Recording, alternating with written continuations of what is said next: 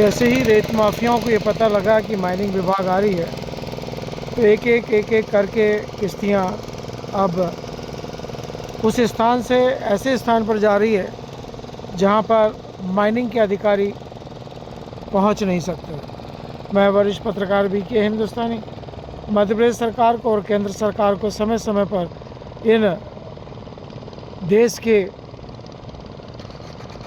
माफियाओं के बारे में जानकारी देते आए हैं। जैसा कि आपको हम कैमरे में के माध्यम से बता रहे हैं कि देखिए, अभी थोड़ी देर पहले जो हमने आपको वीडियो शूट करके दिया उसमें कम से कम 100 से 200 किश्तियाँ रेत भरती हुई हमने आपने को दिखाई थी, पर धीरे धीरे किश्तियाँ अब यहाँ से निकलती जा रही है। और जब सभी किश्तियाँ मां नर्मदा के इस पावन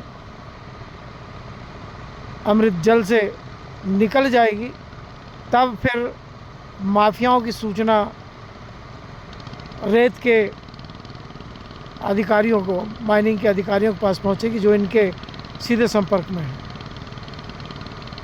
वे जब आएंगे जब इनको यहाँ पर कोई भी रेत की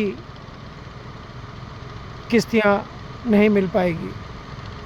मात्र लिपापोती करना कुछ अधिकारियों की एक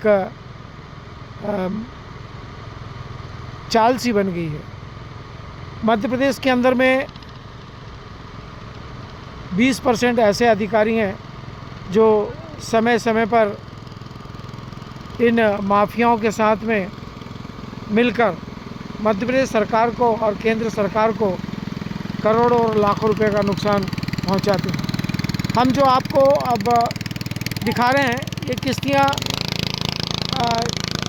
अब रेत भर भर कर शिवराज सिंह चौहान के भूतपूर्व विधानसभा क्षेत्र के ओर जा रही है। और जितनी भी रेत का स्टॉक है वो ज़्यादा से ज़्यादा शिवराज सिंह चौहान के भूतपूर्व विधानसभा क्षेत्र और मुख्यमंत्री क्षेत्र में है। जैसा कि अभी सर्वे के अनुसार पाया गया है कि सबसे ज़्यादा रेत की चोरियां और जंगल की लकड़ी की चोरियां शिवराज सिंह चौहान के भूतपूर्व विधानसभा क्षेत्र में और डॉक्टर मोहन यादव मुख्यमंत्री मध्य प्रदेश के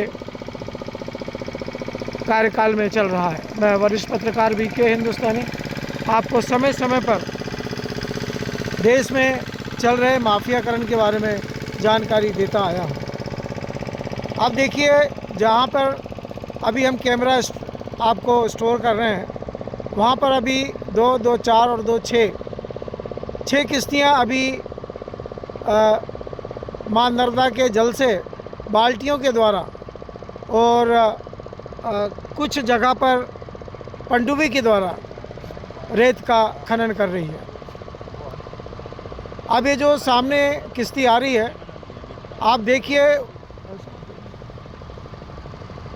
देखिए वो किश्ती का मात्र एक बीता ही बाकी है। मान लो किन्हीं कारणों से असंतुलन बिगड़ता है या अचानक माइनिंग आती है और जब लेबर कूदती है उस नाव में से तो नाव अनबैलेंस हो जाती है। और पिछली घटनाएं भी इसी प्रकार हुई है, जैसा कि मैंने आपको पिछले वीडियो में आपको दिखाया था कि किस प्रकार से घटनाक्रम होती है। जब माइनिंग आती है इनमें हड़बड़ी मच जाती है। कितना भी लेन देन करने के बाद में भी कानून का इनको डर रहता है, कहीं ऐसा लगता है कि कोई नए अधिकारी ना आ जाए, और उसके कारण ये अपनी किश्तियों से कूदते हैं। और जब कूदते हैं तो किश्ती अनबैलेंस हो जाती है और उस अनबैलेंस में कुछ तो किश्ती में दब जाते हैं, कुछ तैर के निकल जाते हैं और कुछ को बाद में निकालना पड़ता है। देखिए, 2 किश्तियों को लेकर यह रेत माफियाओं की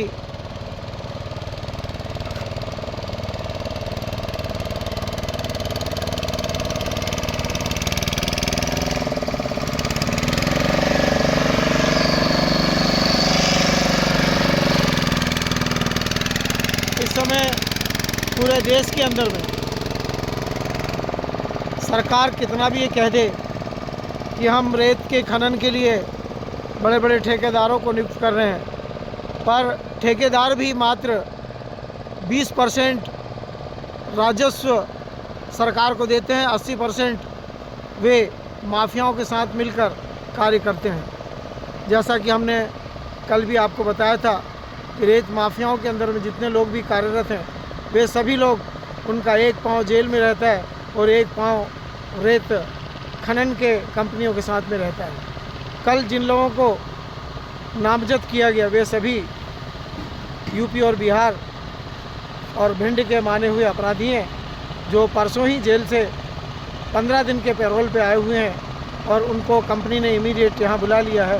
15 दिन में अरबों और खरबों रुपए मध्य प्रदेश के वे चुरा कर माफियाओं को देंगे। मैं वरिष्ठ पत्रकार बीके हिंदुस्तानी आज के इस